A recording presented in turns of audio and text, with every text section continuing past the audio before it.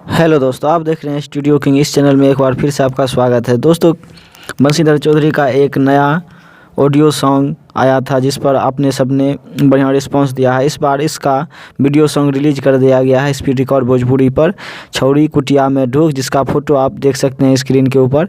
यह एक high quality का वीडियो सॉन्ग है और इसे स्पीड रिकॉर्ड भोजपुरी जैसे अंदाज में शूट किया गया है।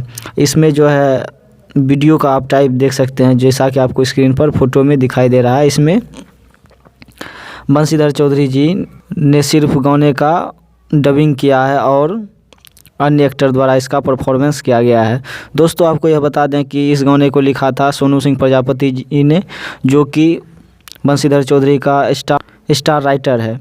और बंशीधर चौधरी की आवाज़ में इस गाने को एक कॉमेडी अंदाज में पेश किया गया है कि ओम तारारा पुक के आधार पर, जो आप कॉमेडी वीडियो देखे थे उसी के आधार पर यह सॉन्ग को लिखा गया है कि छौरी लाकर कुटिया में ढूक।